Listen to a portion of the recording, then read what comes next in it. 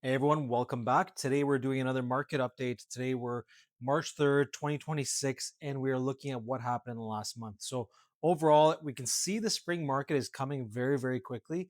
The overall days on market dropped from 59 days on market to 45, and the prices jumped up 5% from the previous month. So quite a bit of an increase in activity and sales and all that stuff. We're going to go into that a little bit further. In the meantime, don't forget this is a collaboration video with tons of amazing agents all over Canada and North America. So if you're looking or just interested in seeing what's happening in the rest of the market, check the description below. You'll see all the links to all the videos for all the other market updates in different segments. But beyond that, let's go take a look at what is happening in our market in Ottawa and go through it all and what this means for you. All right. So what do we have going on in the market? So me personally, I've been seeing a lot of changes happening, especially in February. We did see the average price go up by pretty much 5%. It's quite interesting. Obviously, the other thing too is we had a lot of transaction volume, so that's typical. January builds from, February builds from January. So we had 560 homes sell in January, and then we had 715. So about 30% increase from January to February in terms of homes sold. The other big thing is I'm looking at this number. So the 59 days on market to 45 average days on market, that's down 24%. One thing we got to look at, same time last year, where it was 39 days on market uh, compared to 45 that we have currently. And then last year we're actually 2% less than last year. So last year same time we were at 680,000, which is quite interesting. Um, the other thing is a lot less homes are selling over asking, right? Or sorry, yeah, so above asking, yeah. So 32% less than last year. So we had 21% homes sell above asking price last year. Now this year, we're at 14.5%, but it's also a huge increase from January. It's about a 63% increase from January. So a lot more homes are selling above asking, but you can also see here like we're also getting a lot of homes selling below asking, right? So 68% last year. This year it was 78%, but in January it was 83%. So you can see that everything's building towards the spring market. So we're going to see these numbers go up and up, and I think surpass some of these numbers from last year. Median days on market is 24, 18 last year, 49 last month. Transaction volume, this one, or sorry, terminations volume. So we had more terminations this year, down 20% from uh, the last month, but also we're up by 26% from last year. And then let's look at the new listings volume. So new listings is actually down, which is interesting, which is, in a way it's good because there's less inventory for sellers, so less competition, but still a pretty good amount, right? We're up from January, uh, which still means you have a good choice if you're a buyer. I always think like right now we're definitely in a more balanced market. Like some homes are selling quickly, some homes are selling above asking.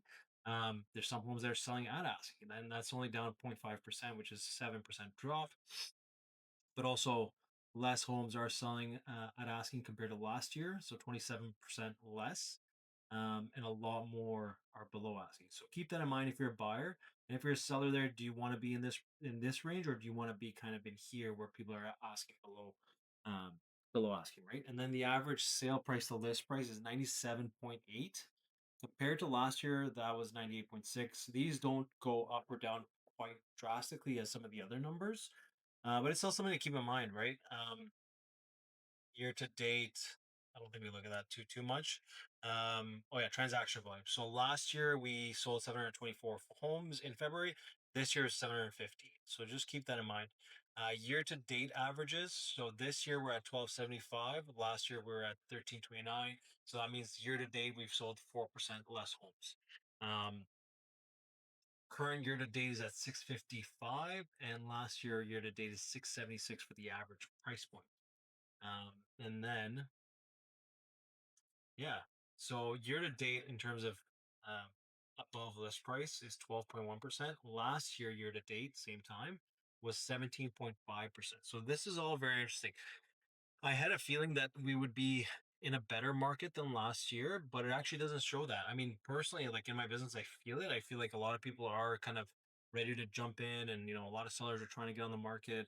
A lot of buyers are trying to get good deals and all that stuff, which is quite interesting to me. But in a way, we're almost in a worse market so far than we were last year. So the one thing I'll say is that March was not as strong last year as the year before that, but let's see what this March has in store. So that's something I want to watch. Like if we get a lot more transaction volume this March, that is going to be a big difference. And also obviously price point is going to be changed as well. Um, one thing I wanted to look at as well. Where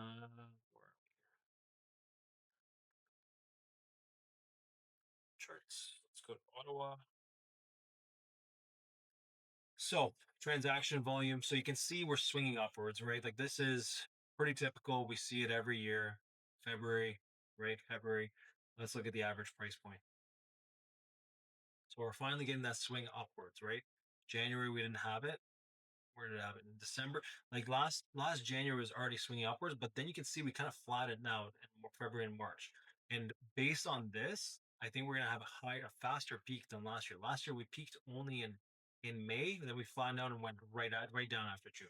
So I think we're gonna hit the spring market is actually gonna hit a lot earlier this year compared to last year because it was pretty flat here, and that was mainly because of the tariffs, right? Tariffs and the U.S. election that definitely put some fear into people. So we shall see what happens with that. And then we're going back to like if we look back at some other years, so January, so December 2023 went down slightly and then shot right up in February, March, April. So I think we're gonna have more closer to a year like this. This was December 24. Where's my yeah, so that's December 2023, 20 January 24, and all that. So that is average price point. Let's just see the months of inventory. That's one thing I'm curious about. How many months of inventory do we have? So we peaked. We had 4.7 months of inventory. We had 4.2 in January, 4.4 in January, and in February at 3.4. So right now we are in a balanced market as it gets. If this drops further, that is going to be more closer to a seller's market. Like this is like anything below 3 months, I consider a seller's market. And you see, it took us till May to get to that point, and then it immediately started going back up. Now that 2.6 last year. Um, so September, October, November, yeah, December we had 3.2, slowly 3.7, 2.27, drop down, drop down, drop down. But look how much we have here, right? So there's still a lot of inventory to go through. So if you're a buyer out there, this is still a really good time. Obviously, it's showing you that there's enough inventory that can be supplied. Don't don't forget that we get the most amount of inventory between March and May. So it's not like it's two things, right? It's two factors. So one, we get the most amount of inventory between those months, but we also have the most buyer activity in those months as well.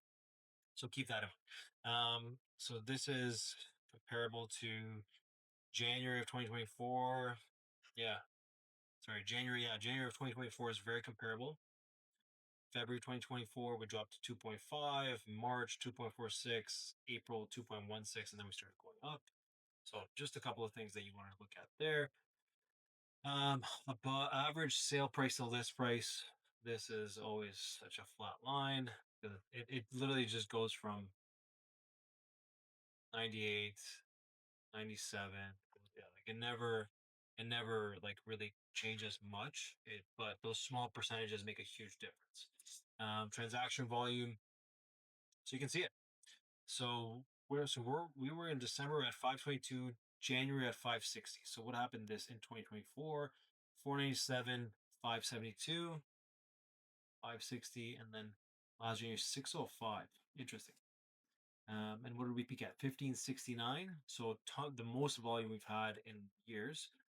1490 and 1397. So May was the peak, May and May, right? You can see the transaction volume go like drop pretty steadily. And these 2 years look very, very similar, right? Very, very similar, just not the same peak, which was interesting. So we shall see what this year has to say for us. So in March, we sold 1,023 homes last year and 1,039 and then 963 2023. Interesting. Very interesting.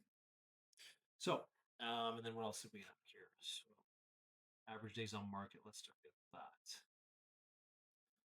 Average days on market. We peaked this year at 59 days on market. We're already down to 45. Last year was 51, and it dropped down to 39 instantly. The lowest we got to last year was 27, and that was in May. I have a feeling we might get down to the low 20s of days on market, which would be very interesting because that would bring us down to kind of like this time, which there's very different times, right? Like the interest rates were close to 6% or around 6 to 6.5 in these times. Like it was like I think it was March. It was like you get 5.5 or 5, and then it started slowly going up, and then 27 days on market here. So yeah, a lot of different changes. I like my predictions. Um, I think we're gonna have a really strong March, April, and May. It's the question is when is it gonna really peak and when are we gonna get the most buyer activity? But I see the buyer activity picking up right now.